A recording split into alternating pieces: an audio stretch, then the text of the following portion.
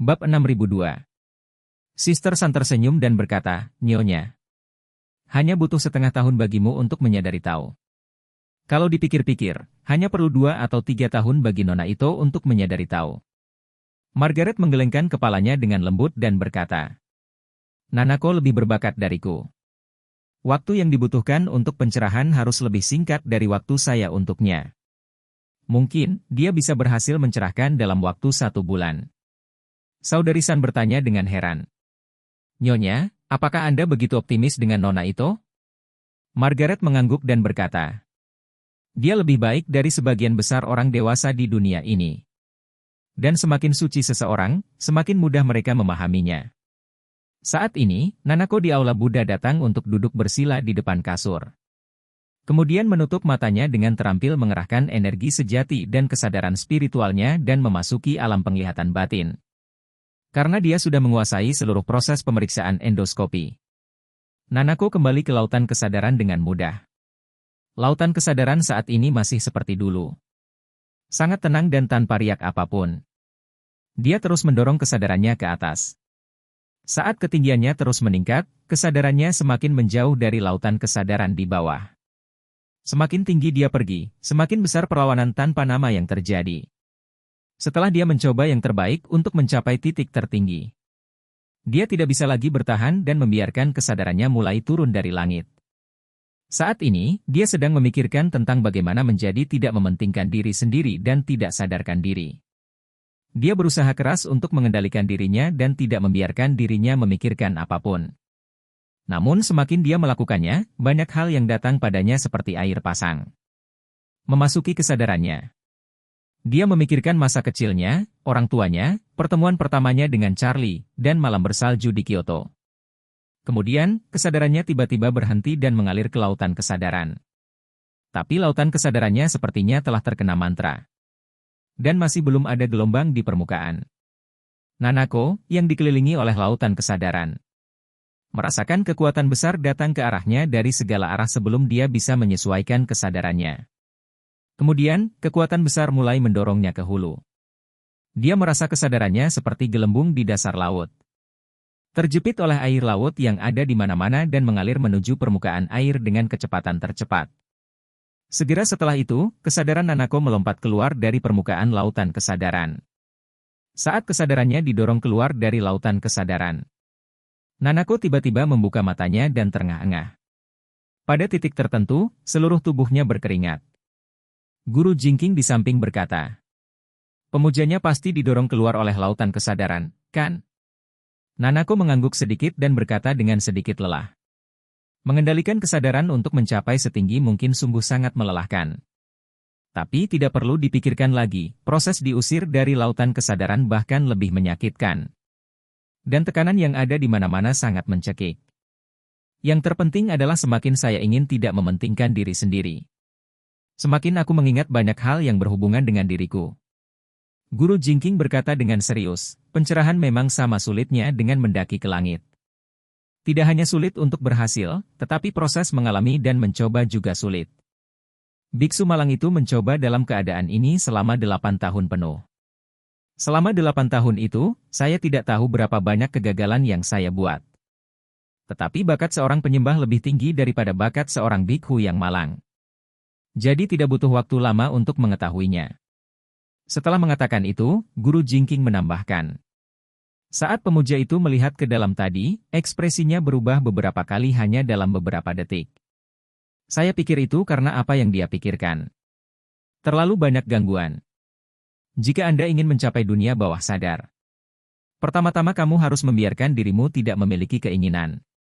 Jika tidak, mungkin akan sulit untuk berhasil. Nanako mengerucukkan bibirnya dan berkata, aku ingin mencoba lagi.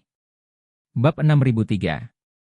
Mendengar Nanako ingin mencoba lagi, Tuan Jingking tidak terlalu memikirkannya. Dia mengangguk setuju dan berkata, jika pemujanya ingin berhasil memasuki dunia bawah sadar, cara teraman adalah dengan meninggalkan 7 emosi dan 6 keinginan. Nanako terdiam sejenak dan bergumam. Jika Anda memotong 7 emosi dan 6 keinginan, apa gunanya hidup? Guru Jingking berkata tanpa berpikir. Hanya dengan memutus 7 emosi dan 6 keinginan.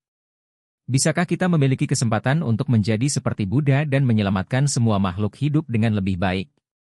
Nanako menggelengkan kepalanya dan berkata dengan serius.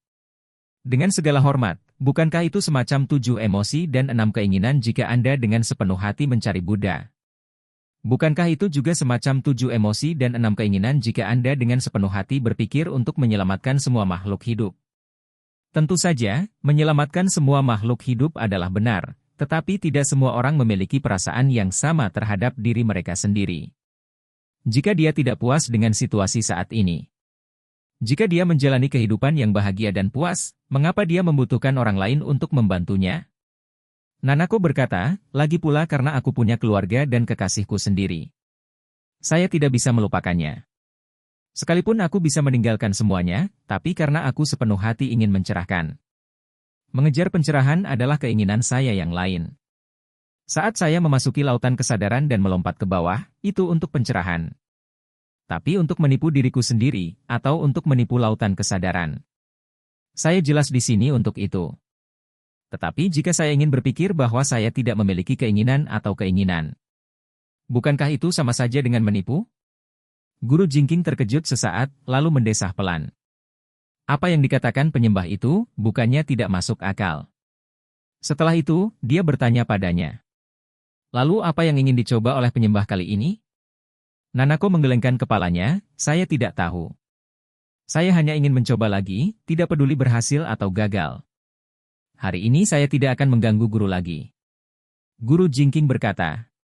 Biksu malang itu punya banyak waktu. Jadi pemujanya tidak perlu khawatir. Nanako mengangguk penuh terima kasih. Kemudian tutup matanya, dan sekali lagi gunakan metode introspeksi untuk membiarkan kesadaran spiritualnya sampai ke lautan kesadaran.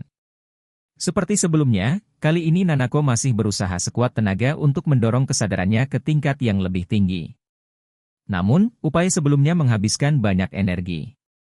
Kali ini, jelas lebih sulit untuk melakukan push-up. Namun meski kesulitan, Nanako tetap berusaha sekuat tenaga untuk melakukan upaya tersebut. Selama proses inilah dia akhirnya memahami mengapa Guru Jingking membutuhkan waktu 8 tahun untuk mencapai pencerahan. Dia selalu berusaha keras untuk memindahkan kesadaran spiritualnya ke tempat yang lebih tinggi, yang menghabiskan banyak energi dan kekuatan fisik. Setelah mencobanya 2 kali, entah berapa lama waktu yang dibutuhkan untuk menghilangkan rasa lelah mental tersebut. Selain itu, pencerahan adalah masalah ribuan upaya yang terus-menerus. Beberapa tahun pencerahan sudah dianggap sebagai waktu yang singkat dalam proses panjang kultivasi. Nanako mencoba yang terbaik untuk mendorong kesadarannya hingga tingkat ekstrim yang bisa dicapai oleh kondisinya. Ketika dia menyadari bahwa seluruh energinya telah habis, dia langsung rileks sepenuhnya dan membiarkan kesadarannya jatuh bebas dari ketinggian. Dalam proses keberadaannya kali ini, berbagai pemikiran masih terus mempengaruhi kesadarannya. Sama seperti terakhir kali, semuanya tentang orang tuanya, kerabatnya, dan Charlie yang dia pikirkan siang dan malam. Dia akhirnya menyadari bahwa alasan mengapa begitu banyak pikiran tiba-tiba muncul di benaknya saat ini pasti karena perasaan terjun bebas, yang memberinya perasaan sekarat. Dan perasaan sekarat ini dengan sendirinya akan membuat orang memikirkan banyak orang dan hal. Nanako tidak berusaha melupakan segalanya dan meninggalkan 7 emosi dan 6 keinginan seperti yang dikatakan Guru Jingking. Dia secara tidak sadar berpikir. Guru Jingking berkata bahwa Anda tidak dapat terjun langsung ke lautan kesadaran ini. Tapi Anda harus berintegrasi ke dalamnya. Lalu apakah ini berarti kesadaran ilahi dan lautan kesadaran secara inheren dapat menyatu? Satu-satunya perbedaan adalah beberapa orang telah menguasai cara fusi, tetapi beberapa orang tidak pernah memahaminya. Memikirkan hal ini, hati Nanako tiba-tiba tergerak. Lautan kesadaran ada di tubuhku, di Zifuku. Jadi aku harus mengenal diriku yang terbaik. Ia harus mengetahui bahwa tidak mungkin bagi saya untuk meninggalkan 7 emosi dan 6 keinginan. Jika demikian, saya harus meninggalkan 7 emosi dan 6 keinginan agar bisa bersamanya. Integrasi, maka ini sendiri menjadi paradoks yang tidak dapat dipecahkan. Apakah ini berarti kesadaran saya tidak memiliki kesempatan untuk berintegrasi dengannya? Jika demikian, saya tidak akan dapat berintegrasi dengannya dalam kehidupan menuju pencerahan ini. Pada saat ini, Kesadaran Nanako kembali jatuh ke lautan kesadaran yang sunyi dan indah.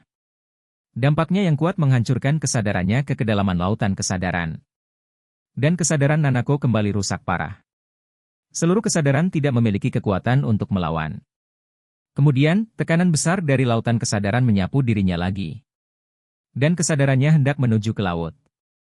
Nanako sedikit putus asa saat ini. Bukan karena dua kegagalan yang membuatnya menyerah, tapi dia mengenal dirinya sendiri. Bahkan jika dia bisa melepaskan almarhum ibunya dan ayahnya yang kesehatannya telah pulih. Dan sedang menikmati masa tuanya, dia tidak bisa melepaskan Charlie. Kehidupan barunya diberikan kepadanya oleh Charlie.